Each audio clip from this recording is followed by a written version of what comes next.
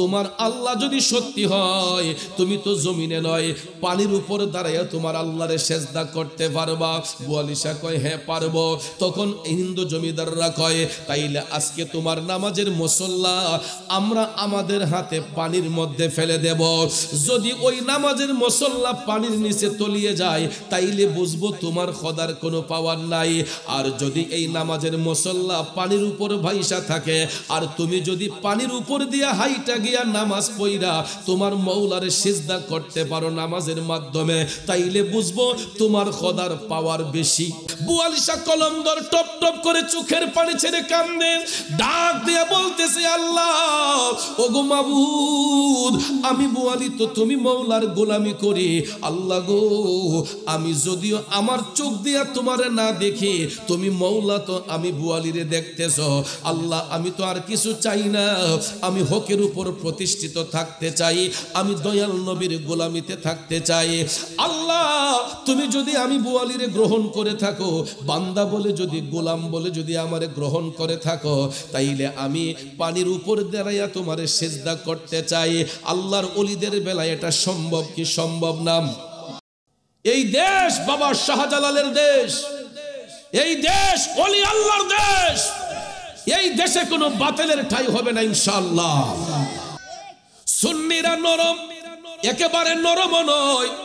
যখন ইমানের প্রতি আঘাত হয় তখন সুন্নিরা গরম হইতে পারে। কথা বলেন ঠিক কিনা? আমি যেই আল্লাহকে না দেখে বিশ্বাস করি, আমার মওলার পাওয়ার অপরিসীম, কারণ তিনি পাহাড়কে সমুদ্র বানাতে পারে, সমুদ্রকে পাহাড় বানাতে পারে।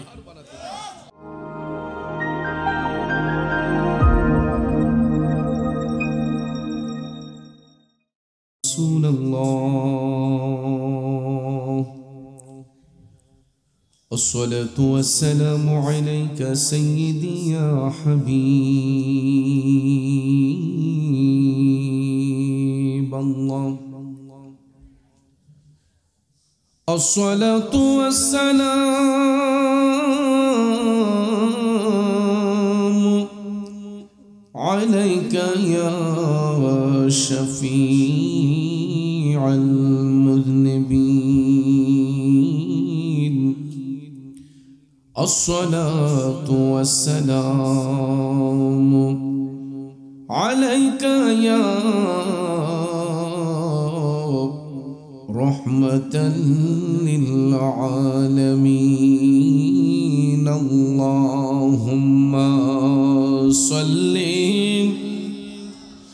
سيدنا مولانا محمد وعلى آله سيدنا مولانا. বাবাজির আমার বন্ধুরা আমার, দুরূদ শরীফ পড়লে লাভ নাকি লস? আমার কাছে কেন মনে হয়েছে যেন দুরূদ শরীফ পড়াতে আপনাদের খুব বড় ধরনের লস হয়ে যাচ্ছে। এ বাজান, দুরূদ শরীফ সাধারণ কোনো আমল নয়।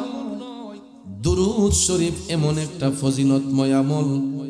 দুরূদ শরীফ পড়লে আত্মা শুদ্ধ হয়, দুরূদ শরীফ পড়লে জীবনের গুনাহ মাফ হয়, দুরূদ শরীফ পড়লে দয়াল নবীর দিদার নসিব হয়। আর একবার যদি নবীর দিদার নসিব হইয়া যায়, জাহান্নামের আগুনটা তার জন্য হারাম হইয়া যায়। তাইলে বলুন দুরূদ শরীফের আওয়াজ আসতে হবে নাকি জোরে হবে? তাইলে আকাশ বাতাস মুখরিত করে জবানটা ছেড়ে দিয়া একটু জোরে সোরে আওয়াজ দিয়ে আমার সাথে দরুদ মাখা কণ্ঠে পড়ুন, আল্লাহুম্মা সাল্লি সাইয়্যিদিনা মাওলানা মুহাম্মদ ওয়া আলা আলিহি সাইয়্যিদিনা মাওলানা। বাবাজির আমার, বন্ধুরা আমার, ঘড়ির কাঁটায় তাকায়া দেখুন রাত 12টা হয়ে গেছে। বাবাজিরা রে, অনেকের কাছে হয়তো মনে হতে পারে যে অনেক রাত হয়ে গেছে, কিন্তু বাজান একটা কথা মনে রাখবেন,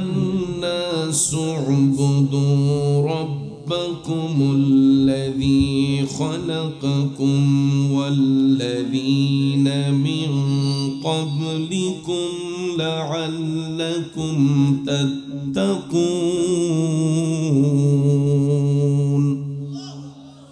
صدق الله العظيم وصدق رسوله النبي الحبيب الكريم ونحن على ذلك من الشاهدين والشاكرين والحمد لله رب العالمين ربي صل وسلم وبارك عليه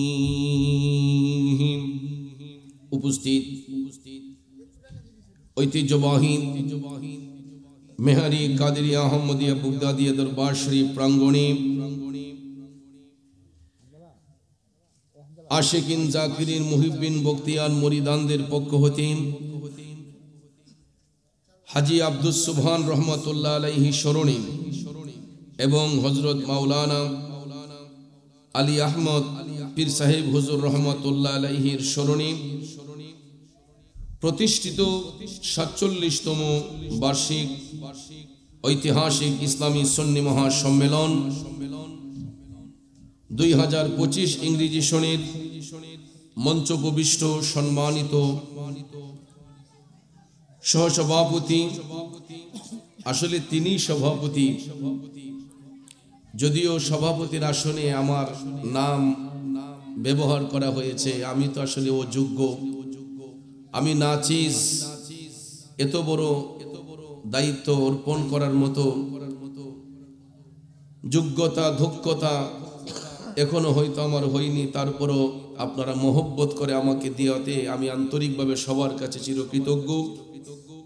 মঞ্চোপবিষ্ট অত্র দরবারের বিশিষ্ট ব্যক্তিত্ব জনাব মোহাম্মদ আবুল বাশার সাহিব, আজকের প্রধান অতিথি আমাদের মেহারির কৃতি সন্তান, বিশিষ্ট সমাজসেবক, বিশিষ্ট দানবীর মোহাম্মদ জহিরুল হক রাজীব সাহিব,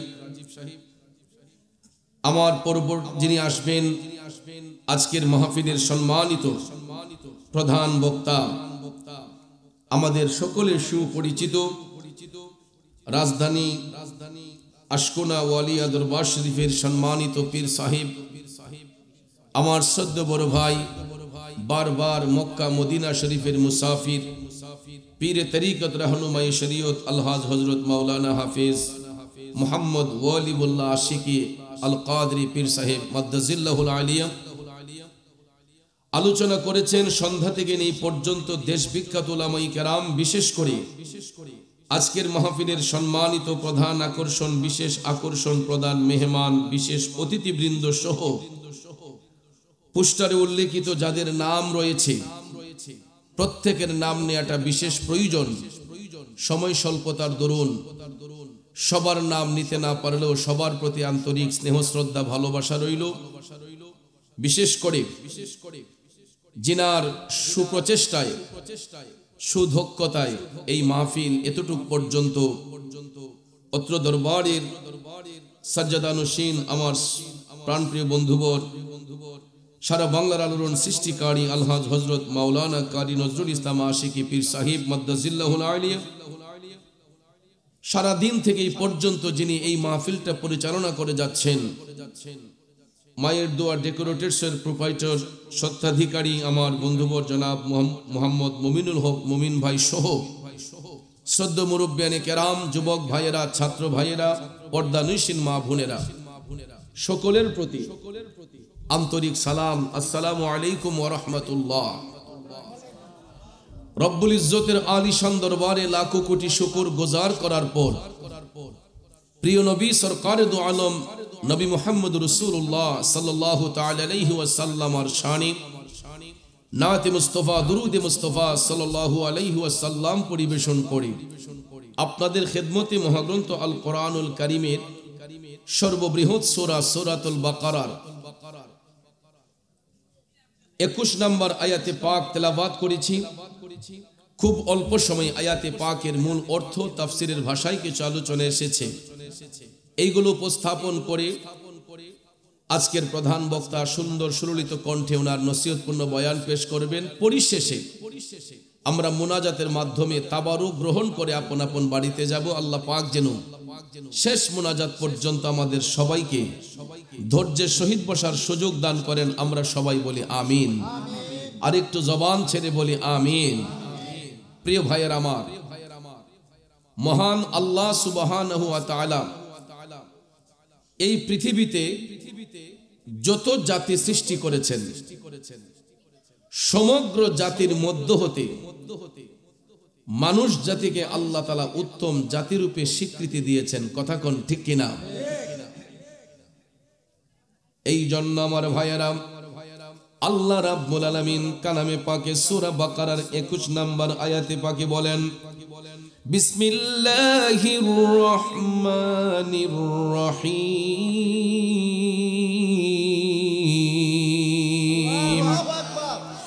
ইয়া আইয়ুহান নাসু উবুদু রাব্বাকুমুল্লাযী খালাকাকুম ওয়াল্লাযীনা মিন ক্বাবলিকুম লাআল্লাকুম তাত্তাকুন। হাজিরিন, এই পবিত্র আয়াতে পাকে আল্লাহ রাব্বুল আলামিন সমগ্র মানব জাতিকে আহ্বান করে বলতেছেন, ইয়া আইয়ুহান নাস, হে মানব জাতিরা, হে মানব জাতিরা, উবুদু রাব্বাকুম, তোমরা আল্লাহর ইবাদত করো, আল্লাহর ইবাদতে মশগুল হও। আল্লাযী খালাকাকুম, যিনি তোমাদেরকে সৃষ্টি করেছেন, ওয়াল্লাযীনা মিন ক্বাবলিকুম, এবং তোমাদের পূর্ববর্তীদেরকে সৃষ্টি করেছেন একমাত্র কার ইবাদতের জন্য? লাআল্লাকুম তাত্তাকুন, যাতে তোমরা আল্লাহর ভয় অর্জন করতে পারো, ক্ষুধা বিরু হতে পারো। সম্মানিত হাজিরিন, এই হলো আয়াতে পাকের সরল তরজমা। আল্লাহ রাব্বুল আলামিন বলে, হে মানব জাতিরা, হে মানব জাতি, তোমরা এক আল্লাহর ইবাদত করো, কারণ যিনি তোমাদেরকে এবং তোমাদের পূর্ববর্তীদেরকে সৃষ্টি করেছেন যাতে তোমরা এক আল্লাহর ইবাদত করতে পারো, ক্ষুধাবৃত্তি অর্জন করতে পারো। এই আয়াতে পাকের তাফসীর করতে যাইয়া তাফসীরে রুহুল বয়ান প্রমাণ করেছে যে এই পবিত্র আয়াতে পাকে আল্লাহ রাব্বুল আলামিন কোন ধর্মের কথা বলেন নাই, গোত্রের কথা বলেন নাই, কোন জাতির কথা বলেন নাই।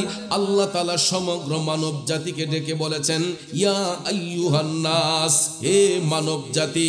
এখানে হিন্দু, বৌদ্ধ, খ্রিস্টান, ইহুদি, নাসারা, মুসলমান সবাই আছে, কারণ সমগ্র জাতিকে আল্লাহ তাআলা সৃষ্টি করার একটা মাত্র কারণ, ইল্লা লিয়াবুদুন, একমাত্র তার ইবাদতের জন্য, তার দাসত্বের জন্য। তাছাড়া পৃথিবীতে আমার আল্লাহ যত নিয়ামত দান করেছেন, যত কিছু সৃষ্টি করেছেন, সৃষ্টির সকল নিয়ামত আল্লাহ তাআলা মানুষ জাতির উপকারের জন্য দান করেছেন। ঠিক কিনা বলেন? আপনি তাকায়া দেখেন, গাছ, বৃক্ষ, তরু, লতা, পশু পাখি, হাঁস, মুরগ, দুম্বা, ভেড়া, ছাগল, যা কিছু আছে এই সব কিছুর সৃষ্টিকর্তাকে। জোরে বলেন কে? উপকারে আসে কাদের? উপকারে আসে আমাদের। সৃষ্টি করেছেন আল্লাহ, উপকারে আসে আমাদের। একটা মাত্র কারণ, ইল্লা লিয়াবুদুন, যাতে আমরা আল্লাহর ইবাদত করি, আল্লাহর দাসত্ব করি। কিন্তু ভাইয়েরা আমার, বন্ধুরা আমার, পৃথিবীর শ্রেষ্ঠ জাতি মানুষ, মানুষ হওয়া সত্ত্বেও কিছু কিছু মানুষের খাসিয়ত পশুর চেয়েও নিকৃষ্ট হয়ে যায়। ঠিক কিনা বলেন? কিছু কিছু মানুষের আচার আচরণ পশুর চেয়েও নিকৃষ্ট হয়ে যায়। যখন মানুষ মনুষ্যত্ব বোধ হারিয়ে ফেলে, বিবেক হারিয়ে ফেলে, সত্যের পথ থেকে যখন মানুষ সরে যায়, অন্ধের দিকে যখন দাবিত হয়ে যায়, তখন মানুষের দিলটা পাষাণ হয়ে যায়, মানুষের দিলটা শক্ত হয়ে যায়। এই শক্ত দিলটাকে নরম করার জন্য, এই পাষাণ দিলটাকে নরম করার জন্য আল্লাহ রাব্বুল আলামিন আপনার আমার কাছে এমন একজন শিক্ষক পাঠিয়েছেন, যিনি পৃথিবীর সর্বশ্রেষ্ঠ শিক্ষক, যিনি হচ্ছেন রহমাতাল লিল আলামিন, নবী মুহাম্মদুর রাসূলুল্লাহ সাল্লাল্লাহু আলাইহি ওয়াসাল্লাম। কথা বলেন ঠিক কিনা? সমস্ত আদম সন্তানরা আল্লাহর বান্দা, কিন্তু সবাই আল্লাহর বন্ধু নয়। কারণ বান্দা থেকে আল্লাহর বন্ধু হবে একমাত্র তারা আল্লাযীনা আমানু ওয়া কানু ইয়াত্তাকুন, যারা হবে ঈমানদার, যারা হবে তাকওয়াবান, এরাই হবে আল্লাহর বন্ধু, এরাই হবে আল্লাহর ওলি। কথা কোন ঠিক কিনা বন্ধু? কিন্তু কিছু কিছু মানুষ দেখবেন মুখের মধ্যে দাড়ি, টুপি, জুব্বা, কুর্তা লাগাইয়া এরা দেখবেন আল্লাহ পাকের শানে বিয়াদবি করে, নবী পাকের শানে বিয়াদবি করে। আছে না নাই? কিছু কিছু মানুষ দেখবেন মানুষ রূপী সদ্য বেশ ধারণ করে, অনেকে দেখবেন বেহেশতের টিকিটও বিক্রি করে। আসেনি মিয়া? জান্নাত দিবেন কে? জান্নাতের মালিক কে? তো বর্তমানে তো দেখতে পাই অনেক জায়গায় জান্নাতের টিকিট বিক্রি করা হচ্ছে। লেকচার করে অনেকেই বলে কার কার জান্নাতের টিকিট লাগবে, কারা কারা জান্নাতের টিকিট পেয়েছেন। ঠিক না বে ঠিক? এটাই হচ্ছে ফিতনার জামানা, এটাই হচ্ছে আখিরি জামানা। যেই জামানায় কিছু কিছু মানুষ নিজেকে খোদা দাবি করবে, যেই জামানার মধ্যে মানুষ নিজের মধ্যে অহংকারী ভাব নিয়ে আসবে, তকাব্বুরি নিয়ে আসবে, ফখর নিয়ে আসবে। বন্ধু, জান্নাত বানিয়েছেন আল্লাহ, কিন্তু ভাগের দায়িত্ব আল্লাহ দিয়েছেন দয়াল নবীকে। ঠিক না বিঠিক? এই জন্য আশেক প্রেমিক কয় নবী নবী কইরাই আমার মরণ যেন হয় গো, নবী নবী কইরাই আমার মরণ যেন হয়। ভাইরে ওই মরণে পাইব শান্তি, ওই মরণে পাইব শান্তি, থাকবে না রে ভয়। নবী নবী কইরাই আমার মরণ যেন হয় গো, নবী নবী কইরাই আমার মরণ যেন হয়। ঠিক কিনা বলেন? বলুন আমরা নবীর পক্ষে থাকতে চাই কি চাই না? কারা কারা চাই দুইটা হাত উঁচু করে দেখাই। নারায়ে তাকবীর, ইয়া রাসূলুল্লাহ, গাউসুল আজম দস্তগীর জিন্দাবাদ জিন্দাবাদ। আরে ওই মরণে পাইব শান্তি, ওই মরণে পাইব শান্তি, থাকবে না রে ভয়। নবী নবী কইরাই আমার মরণ যেন হয় গো, নবী নবী কইরাই আমার মরণ যেন হয়। একটা জবানও বন্ধ রাখবেন না, চিৎকার মেরে বলি আল্লাহু আকবার। জগতের বন্ধুরা রে,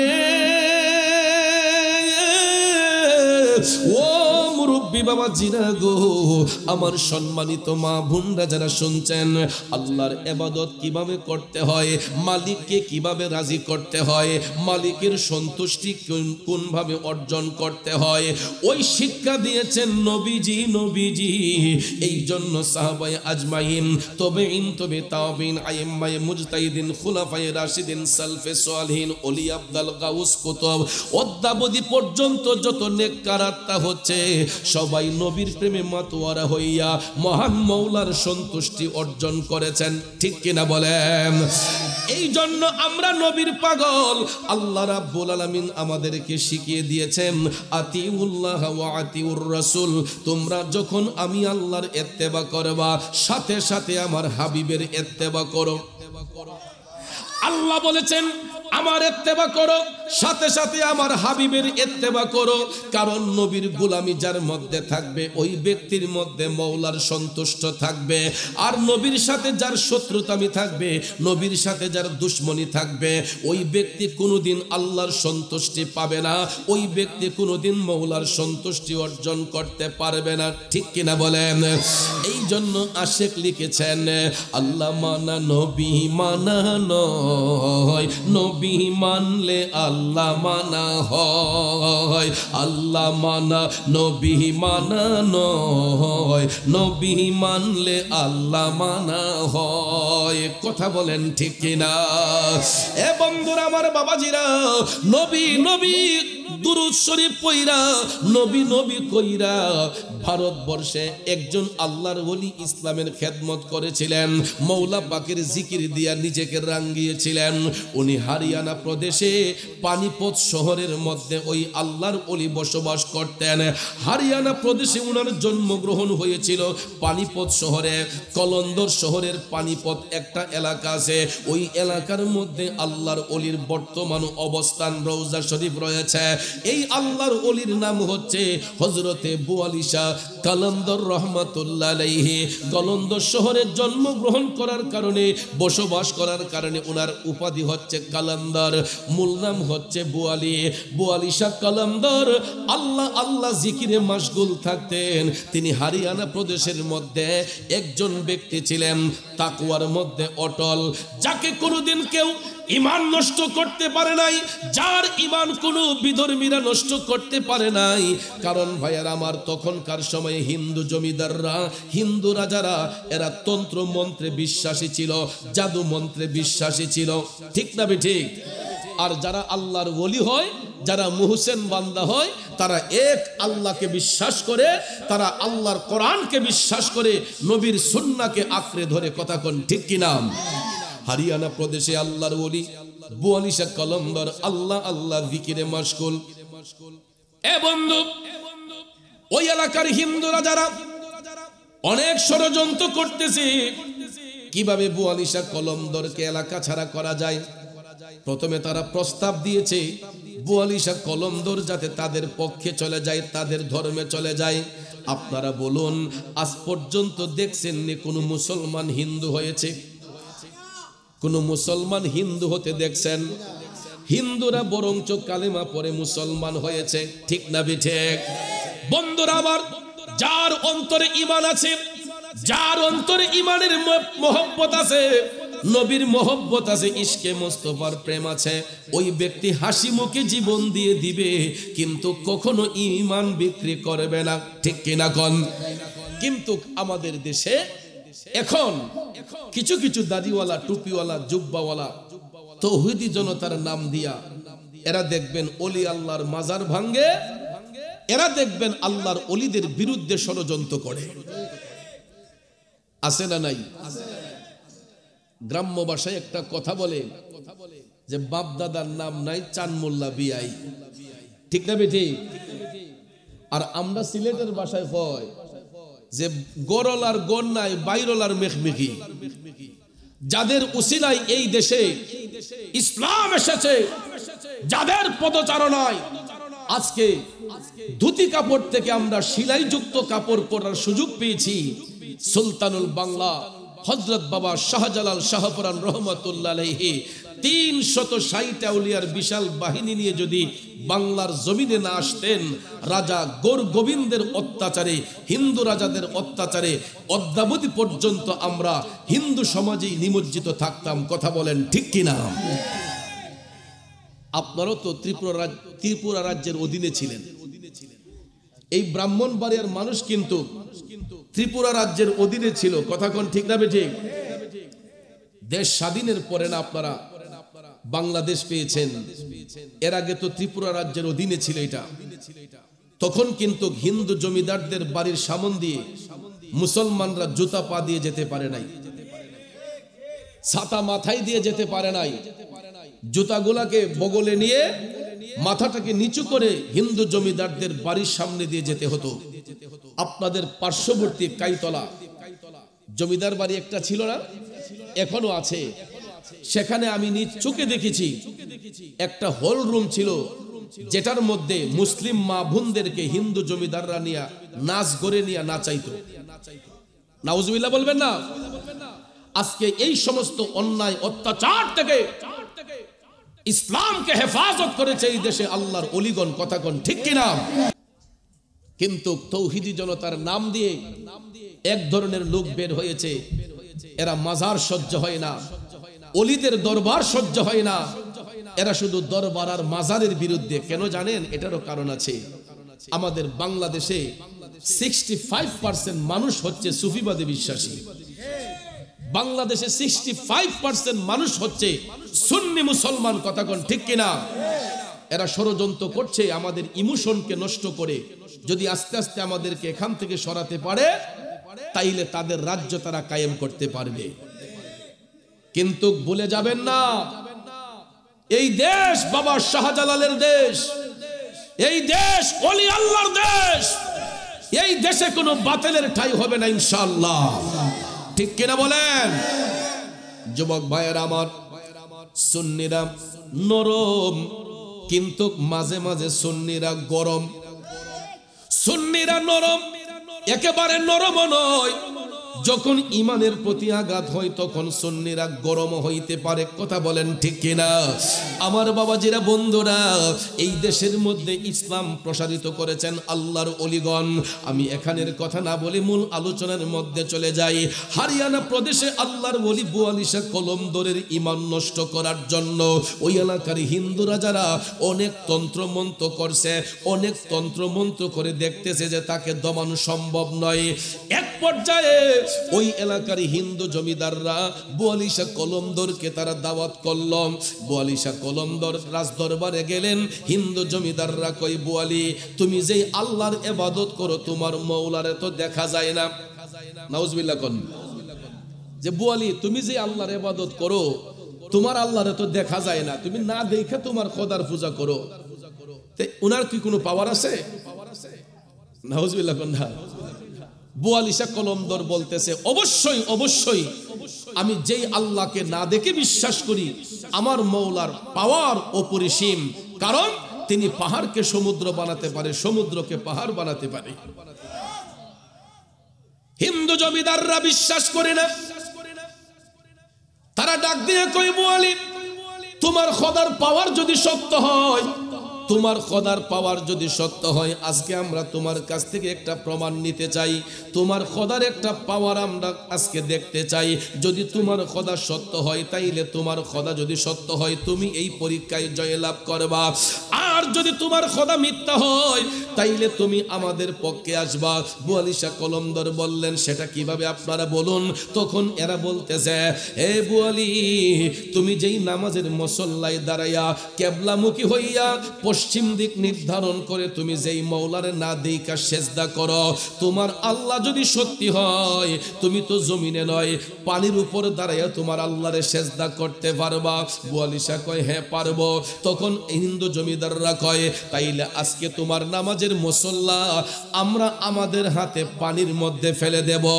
যদি ওই নামাজের মুসল্লা পানির নিচে তলিয়ে যায় তাইলে বুঝবো তোমার খোদার কোনো পাওয়ার নাই। আর যদি এই নামাজের মুসল্লা পানির উপর ভাইসা থাকে আর তুমি যদি পানির উপর দিয়া হাইটা গিয়া নামাজ পড়া তোমার মওলারে সিজদা করতে পারো নামাজের মাধ্যমে, তাইলে বুঝবো তোমার খোদার পাওয়ার বেশি। আরো জোরে কন্যা সুবহানাল্লাহ।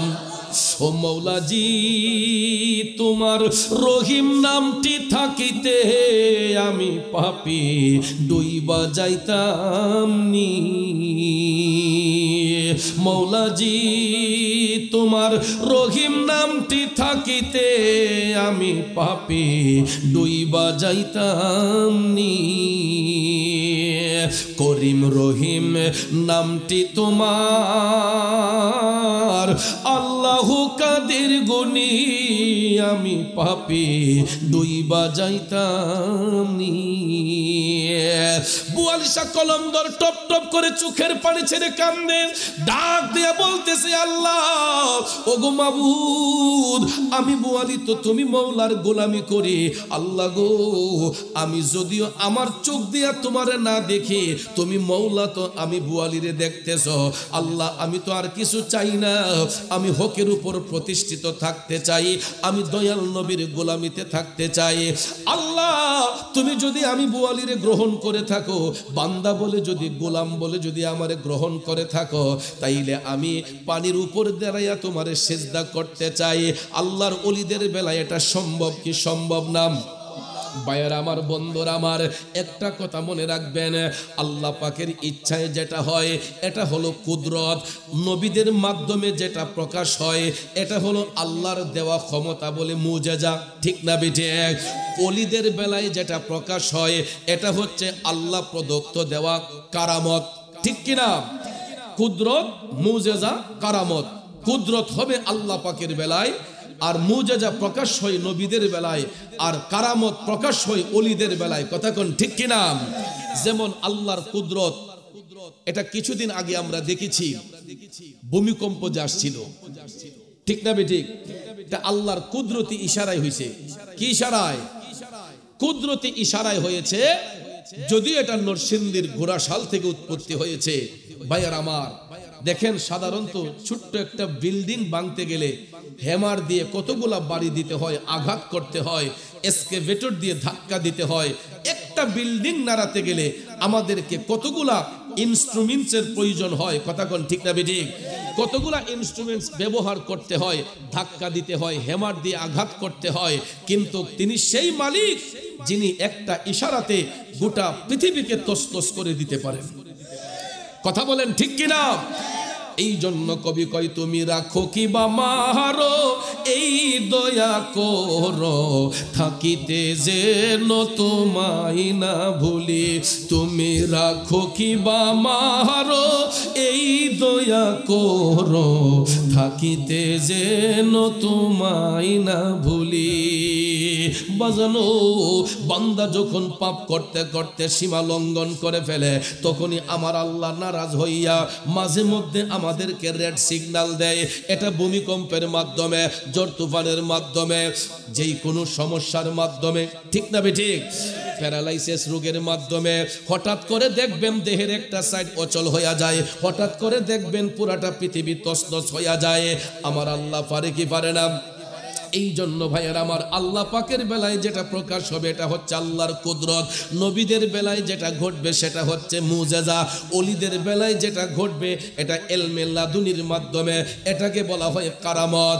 আল্লাহর ওলি আবু আলী শাহ কলমদর, তিনি আল্লাহ আল্লাহ জিকির করে বলতেছে, মাবুদ ও দয়াল আল্লাহ, আমি বুয়ালি তো তুমি মৌলার জিকিরে ফানা, তোমার ইবাদত করতেছে। তুমি যদি বান্দা বলে স্বীকার করো, তাইলে এই পরীক্ষার মধ্যে তুমি আমাকে জয়দান করো। আল্লাহ করবে কি করবে না? ভাইয়ের আমার, তারপরে বুয়ালি শাহ কলমদর শর্ত দিলেন, তাইলে আমারও একটা শর্ত আছে। রাজাদেরকে বললেন, আমার শর্ত হলো, আমি যদি পানির উপর দিয়ে হাইটা যদি নামাজ পড়া তোমাদেরকে দেখাতে পারি, আমার মৌলাকে সেজদা করে দেখাতে পারি, তাইলে তোমরা কালেমা পড়ে মুসলমান হইয়া যাইবা। তোমরা মূর্তির পূজা বাদ দিতে হবে, তোমরা মূর্তির পূজা বাদ দিয়ে তোমরা এক আল্লাহর ইবাদতে মশগুল হতে হবে। তারা বলতেছে আমরা রাজি। এই কথা বলে হরিয়ানা প্রদেশে যত তান্ত্রিক ছিল, যারা জাদুবিদ্যায় বিশ্বাসী, হিন্দুরা তো জাদুবিদ্যায় বিশ্বাসী, কথা কোন ঠিক কিনা? বিধর্মীরা কুফরি কালামে বিশ্বাসী। আর আমরার দেশের মধ্যেও কিছু কিছু মুসলমানও আছে যারা কুফরিতে আসক্ত। আসেনি? মানুষের ক্ষতি করাই ব্যস্ত, টাকা যত লাগুক, কুফরি দিয়া বান দিয়া দেখবেন অনেক মানুষকে ধ্বংস করে ফেলে। আছে না নাই? এদের কোনো ইন্তেকালের পরে এরার কোনো ইমানও নাই, আমলও নাই। কথা কোন ঠিক না ঠিক? বাবাজিরা আমার, গভীর মনোযোগ, মনোযোগ। রাত গভীর, লম্বা কথা বলবো না, খুব সংক্ষেপ করে কথাটা শেষ করে দিচ্ছি। বুয়ালি শাহ কলমদর শর্ত দিলেন, যদি আমি পানির উপর দাঁড়াইয়া এক আল্লাহকে সিজদা করে দেখাতে পারি, তাইলে তোমরা বলো কালেমা পড়ে মুসলমান হইবানি। কয় আগে দেখাও, যদি দেখাতে পারো, তুমি যদি পরীক্ষায় জয়লাভ করো, আমরা কালেমা পড়ে মুসলমান হব। এটা শোনার পরে ভাইয়ার আমার, ওই হিন্দু জমিদাররা সমস্ত তান্ত্রিকদেরকে দাওয়াত করে নিয়ে আসলো। কয় আজকে তোমাদের জাদুবিদ্যার মধ্যে সর্বোচ্চ জাদুবিদ্যা যেটা, এটা দিয়ে তোমরা বুয়ালিকে পানির নিচে ডুবাইয়া দিবা। বুয়ালি যাতে, যদিও তার খোদা তারে সাহায্য করে, তোমরা জাদুবিদ্যা দিয়া তারে পানির নিচে ডুবাইয়া দিবা। জীবনে সম্ভব? কথা বলেন, পারবে? বন্ধুরা আমার, বাবাজিরা, আল্লাহর ওলিদের কারামতের কাছে সমস্ত জাদুবিদ্যা হার মানে এবং মানতে বাধ্য। কারণ আল্লাহর ওলিরা তো কোনো কুফরি করে না, তুরুক তারা জাদু মন্ত্র করে না, তারা এক আল্লাহর বিশ্বাস করে, ঠিক না বেঠে? এ নবীর প্রেমিকেরা, এবার বুয়ালিশা কলন্দর বললেন, নেন নামাজের মুসল্লা আপনাদের হাতে পানির মধ্যে ফেলে দেন। তখন তারা কলন্দর শহরে পানিপথের মধ্যে গেলেন, পানিপথ শহরে গেলেন, যাইয়া নামাজের মুসল্লাটা যখন তারা নিজের হাতে ছুঁড়ে মারল, অনেকটা দূর গিয়া নামাজের মুসল্লাটা কেবলামুখী হইয়া দাঁড়াইয়া গেছে। পানির উপরে নামাজের মুসল্লা দাঁড়াইয়া গেছে। এখন ভাইয়ার আমার শুধু মুসল্লা নয়, এই নামাজের মুসল্লায় যিনি নামাজ পড়বে, আল্লাহর প্রিয় বন্ধু হযরতে বুয়ালিশা কলন্দর, এবার তিনি মৌলা পাকের জিকির করতেছেন, দয়াল আল্লাহ রে কি নাম জপলে পাবো তোমারে, দয়াল আল্লাহ রে কি নাম জপলে পাবো তোমারে। আল্লাহর ওলি বুয়ালিশা কলন্দর মৌলার জিকির কইরা কয়, আল্লাহ এই কঠিন মুসিবতের মধ্যে তুমি মাবুদ ছাড়া তো আমার সাহায্যকারী কেউ নাই। আল্লাহ আমি অধম বুয়ালি তোমার হাবিবের আদনা একজন গোলাম, নবীজির উসিলাই তুমি আমার সাহায্য করো। এই বলে বুয়ালিশা কলন্দর চোখটা বন্ধ কইরা তিনি যখন পানির দিকে রওনা হইলেন, বন্ধুরে আপনারা বলেন আমরা যদি পানির উপর গিয়া দাঁড়াই ভাসবো না ডুববো? ভাসবো না ডুববো? বুয়ালিশা কলন্দর মৌলার জিকির করতে করতে ফানাফিল্লার জগতে যাইয়া তিনি যখন পানির দিকে হাঁটতে গেলেন, দেখা যায় পানির মধ্যে পা রাখার সাথে সাথে বুয়ালিশার কদম তো পানির নিচে যায় না। আরো জোরে কন্যা আল্লাহু আকবার। পানির নিচে বুয়ালির কদম যায় না, তিনি পানির উপর দিয়া হাইটা হাইটা হাইটা নামাজের মুসল্লায় গিয়া দাঁড়াইলেন। তান্ত্রিকরা নদীর পাড় থেকে তারা জাদুবিদ্যা ছুটতেছে, এরা মন্ত্র পড়তেছে, কোনো মন্ত্র কাম হয় না। অনেকক্ষণ মন্ত্র পাঠ করার পরে দেখা যায় কোনো কাজ হয় না। বুয়ালিশা কলন্দর নামাজের মুসল্লাতে দাঁড়াইয়া তিনি কেবলামুখী হইয়া তিনি নামাজ আদায় করে মৌলাকে সিজদা করলেন। 2 রাকাত নফল নামাজ আদায় করিয়া হযরতে বুয়ালিশা কলন্দর আবার তিনি পানির উপর দিয়া হাইটা হাইটা নদীর পারে আসলেন। পানিতে ভাসছে না ডুবছে? আল্লাহ পাক ওলিদেরকে সাহায্য করে কি করে না? ও বন্ধু, এবার দেখা যায় বুয়ালিশা কলন্দর পারের মধ্যে আইসা দেখতেছেন এলাকার যত বড় বড় তান্ত্রিক ছিল, জাদু মন্ত্রকারী ছিল, সবাই দেখা যায় রাজার বাড়ির মধ্যে অবস্থান। এবার বুয়ালিশা কলন্দর বলতেছেন, বলুন আপনাদের কি ইচ্ছা এখন? আপনাদের মনের ইচ্ছা কি এখন বলেন? আমি তো দেখিয়েছি, এখন আপনাদের বিষয়ে আপনারা বলেন। এখন দেখা যায় রাজারা তো দূরের কথা, সবার আগে জাদুবিদ্যায় বিশ্বাসী যারা ছিল, ওই হরিয়ানা প্রদেশের যত তান্ত্রিক ছিল সমস্ত তান্ত্রিকরা আগে বুয়ালিশা কলন্দরের পায়ে পড়ে গেছে।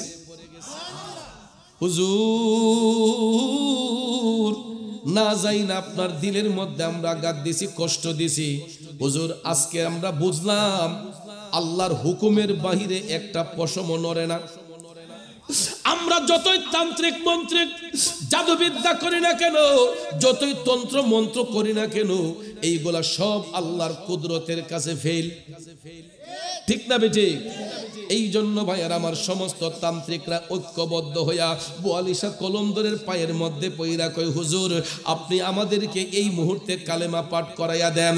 বুয়ালিশা কলন্দর বললেন, কালেমা পড়ার আগে আপনারা উজু করে আসেন। সবাই যখন উজু করে আসলো, বুয়ালিশা কলন্দর তাদেরকে পড়াইয়া দিলেন, লা ইলাহা ইল্লাল্লাহু মুহাম্মাদুর রাসূলুল্লাহ সাল্লাল্লাহু আলাইহি ওয়াসাল্লাম। জুরে কি সুবহানাল্লাহ বলবেন না? ওই তান্ত্রিকরা সবাই কালেমা পড়ে মুসলমান হয়ে গেছে। এবার হিন্দু জমিদাররা এরা ভাবতেছে যে যাদেরকে আমরা ফলো করি, এরা ভাবতেছে যাদেরকে আমরা ফলো করি প্রান্তিকরা যেখানে কালেমা পড়ে মুসলমান হয়ে গেছে, আমরার বাদ থেকে লাভ কি? তখন এরাও সবাই কালেমা পইরা মুসলমান হয়ে গেছে। এই হরিয়ানা প্রদেশে তারা যেখানে দেবদেবীর পূজা করত, সমস্ত হিন্দুরা কালেমা পড়ে মুসলমান হয়ে এই হরিয়ানা প্রদেশের মধ্যে বিরাট বড় এক মসজিদ নির্মাণ করেছে। সুবহানাল্লাহ বলেন। বিরাট বড় এক মসজিদ নির্মাণ করেছে। বুয়ালি শাহ কলন্দর রহমতুল্লাহ আলাইহির নামে প্রতিষ্ঠিত এই মসজিদ অদ্যাবধি পর্যন্ত ভারতের হরিয়ানা প্রদেশের মধ্যে অবস্থিত রয়েছে। এবং বুয়ালি শাহ কলন্দর পানির উপর দিয়ে হেঁটে যেখানে গিয়ে নামাজ আদায় করেছিলেন, সেই পানিপথ শহরে এখনো বুয়ালি শাহ কলন্দরের মাজার শরীফ রয়েছে। চতুর্দিকে পানি আর মাঝখানে আল্লাহর ওলির মাজার শরীফ। বিশ্বাস না হলে গুগলে সার্চ দিয়ে এখনো আপনারা দেখতে পারবেন বুয়ালি শাহ কলন্দর রহমতুল্লাহ আলাইহি পানিপথ শহর লিখে, বা পানিপথের আল্লাহর ওলি বুয়ালি শাহ কলন্দর রহমতুল্লাহ আলাইহির মাজার শরীফ দেখতে চাইলে আপনারা এখনো দেখবেন চতুর্দিকে শুধু পানি আর পানি, মাঝখানে আল্লাহর ওলির মাজার শরীফ। এত পানি উজাম দিকে উঠে, কিন্তু আল্লাহর ওলির মাজার শরীফ কখনো ভেঙ্গে না এবং এটা নিচের দিকেও যায় না। ভাইয়ের আমার, এটাই হলো আল্লাহর ওলির কারামত। আল্লাহ যে তার বন্ধুদেরকে ভালোবাসে, এটাও একটা উত্তম ডকুমেন্ট। কথা কোন ঠিক না বেঠিক? এই জন্য ওলি তো আর সবাই হতে পারে না। কোনো দাজ্জাল, কোনো কাজ্জাব, কোনো বেবিচারী, কোনো মুনাফিক, বেঈমান আল্লাহর ওলি হবে না। আল্লাহর ওলি হবে একমাত্র তারা আল্লাযীনা আমানু ওয়া কানু ইয়াত্তাকুন, যারা ঈমানদার, যারা তাকওয়াবান, এরাই হবে আল্লাহর ওলি, এরাই হবে আল্লাহর বন্ধু। কথা বলেন ঠিক না বেঠিক? এই জন্য ভাইয়ের আমার আলোচনা তো আজকে করার কথা না। যেহেতু আপনারা আমাকে সভাপতির দায়িত্বে দিয়েছেন, তো আমি তো আজকে একটু আপনাদেরকে নিয়ে মুনাজাত করার কথা। এবং আমাদের আজকে সুনসিব, আমাদের যিনি প্রধান বক্তা, আমার শ্রদ্ধাভাজন বড় ভাই আলহাজ হাফেজ মাওলানা ওলিউল্লাহ শিকি আল কাদি পিসা হুজুর, তিনি এসে গেছেন। উনি অলরেডি বর্ণি ঢুকে গেছেন। অলরেডি তিনি আমাদের কেবিএম এর পাশে জমশেদপুর পার হয়ে আসছেন। কিছুক্ষণের মধ্যেই তিনি আমাদের মাহফিলে তশরিফ আনবেন। আমরা সবাই একটা তাকবীর দেই, নারায়ে তাকবীর, নারায়ে রিসালাত, আহলে সুন্নাত ওয়াল জামাত, আহলে সুন্নাত ওয়াল জামাত, সুন্নি মহাসম্মেলন, প্রধান বক্তার আগমন, প্রধান বক্তার আগমন। এই মাহফিলের পক্ষ হতে আমরা সবাই বলি মারহাবা। আরেকটু জোরে বলি মারহাবা। প্রিয় ভাইয়ের আমার, তো যেই কথাটা বলতে চেয়েছিলাম, আমরা আল্লাহর ওলির পক্ষে থাকতে চাই কি চাই না? যেমন এই দরবারের পীর সাহেব হুজুর কিবলা, যিনি এত বছর এই মাহফিলের সদরে মুকাররম ছিলেন, সভাপতি ছিলেন। বাবাজিরা আমার, বন্ধুরা আমার, যিনি এত বছর সভাপতি ছিলেন, আজকে হুজুর পর্দা করে তিনি পরপারে আরাম করছেন। আল্লাহ যেন হুজুরের দরজাত বুলন্দ করে, আমরা সকলে বলি আমিন। তো যেই কথাটা আমি বলতে চেয়েছি, আমার বন্ধুবর আলহাজ হযরত মাওলানা কারি নজরুল ইসলাম আশিকি পীর সাহেব হুজুর, তিনি এই মাহফিল আপনাদের সহযোগিতায় করেন। এই মাহফিলটা হওয়াতে খুশি নাকি বেজার? আমরা আমি একটা জিনিস আজকে লক্ষ্য করেছি, যে এই একটা মাহফিলকে কেন্দ্র করে আজকে কতগুলা মানুষের রিজিকের ব্যবস্থা হয়েছে। আজকে এই আশেপাশের ঘরে কারো বাসায় বাদ নাই যে 2-4 জন মেহমান না আছে, আসেনি? তো এই সুযোগে এই মাহফিলটাকে কেন্দ্র করে এই কেবিএম এলাকায় একটা সুন্দর মেহমানদারিও হয়। অনেক সময় মেয়ের জামাই আসে, অনেক সময় দেখা যায় ভাই মামার বাড়িতে, বাগনার বাড়িতে মামা আসে, বোনের বাড়িতে ভাই আসে। প্রত্যেকের ঘরে বন্ধু মহল সহ মেহমান অতিথির অভাব নাই। তাছাড়া এই যে এতগুলা দোকান, ব্যবসা প্রতিষ্ঠান, আমার ভাইয়েরা ভ্রাম্যমান দোকান নিয়ে এসেছে। আমি প্রায় সময় মাহফিল শেষে জিজ্ঞেস করি, ভাই কি অবস্থা, ব্যবসা হয়েছে নি কিছু? তখন হুজুর করাটে পাইছি। তো এই যে দেখেন এত পরিশ্রম, একটা সামান্য ব্যবসাকে কেন্দ্র করে আমার এতগুলা দোকানদার ভাইয়েরা তাদের পরিবার, ছেলে মেয়ে রিজিকের ব্যবস্থা করে, ঠিক না ঠিক? তো আমরা এই মাহফিলে আইসা শুধু ওয়াজই শুনি না, আমরা আরো সেবামূলক অনেক কাজে অংশগ্রহণ করি। তো এই জন্য ভাইয়ের আমার, দিনী মাজলিস আবার খালি রাখা ভালো নয়। ওযু থাকলে, ইস্তেঞ্জার প্রয়োজন হলে নীরবে গিয়ে করে, অজু সহকারে, চোখে ঘুম থাকলে একটা কাপ চা পান করে আবার স্টেজে এসে বসে যাব, মাহফিলের আদব রক্ষা করব। এটা হলো মুমিনদের খাসিয়ত। তো বিশেষ করে এত রাত পর্যন্ত আপনারা এই মাহফিলে বসে আছেন।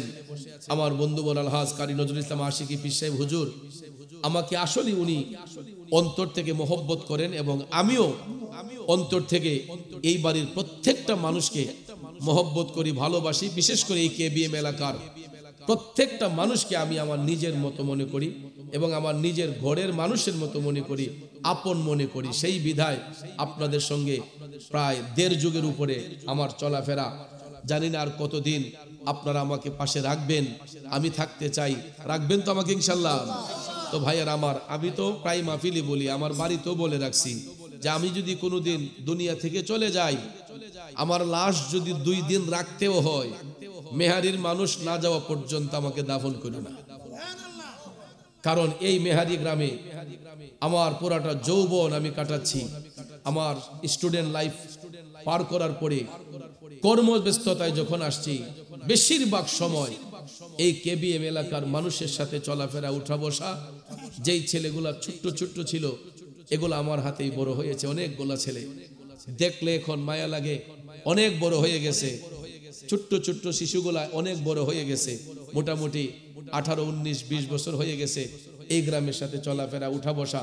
তো চিন্তাই করেন, যেই ছেলেগুলার 5 বছর ছিল, 10 বছর ছিল, এরা এখন অনেক বড় হয়ে গেছে না? তো আস্তে আস্তে আরো বড় হোক, দোয়া করি। এরা তাদের লক্ষ্যে পৌঁছাক, এটাও দোয়া করি। আর আমাকে যেই দায়িত্ব আপনারা আজকে দিয়েছেন, আসলে আমি এটার যোগ্য কিনা আমি জানি না। এই জন্য তারপর আবারও আমি আপনাদের কাছে কৃতজ্ঞতা জানাচ্ছি যে এই গুরু দায়িত্ব আপনারা আমাকে দিয়েছেন। আমি মেহারিবাসীর কাছে চিরকৃতজ্ঞ। আর বিশেষ করে আমার মাধ্যমে নজরুল ইসলাম আশিকি ভাই প্রতি বছর আপনাদের কাছে কিছু সহযোগিতার আবদার করেন। কারণ দেখেন, গত বছর আমাদের মাহফিলটা ছিল কততম?